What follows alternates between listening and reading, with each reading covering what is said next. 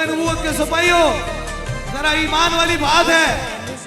आओ करबला चलते हैं, इमाम पाक की बारगाह में चलते हैं। इमाम हुसैन अली मकाम आज लोग हुज्जत पेश करते हैं। मेरा मामू नाराज हो जाएगा, मेरा चाचू नाराज हो जाएगा, मेरा वालिद नाराज हो जाएगा, मेरे पास मालो दौलत पैसा नहीं है। काश आज हम अपने ईमानों को पैसों से तोला चाहते हैं और हुसैन पाक की बारगाह में चलते हैं। हुसैन पाक से ज्यादा भी कोई मजलूम हो सकता है।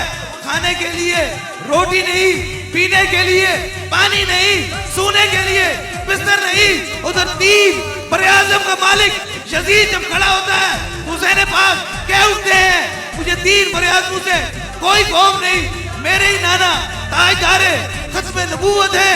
और वो हुसैन पाक ने ये साबित कर दिया कि यजीद कल था, हुसैन आज भी है, हर गली में है, हर मोहल्ले में है, हर मोहम्मद के दिल में है और मैशत तक हुसैन है। यजीद था तो तीन बरे-आज़म मिट गए, आज हुसैन जिंदाबाद हो गया।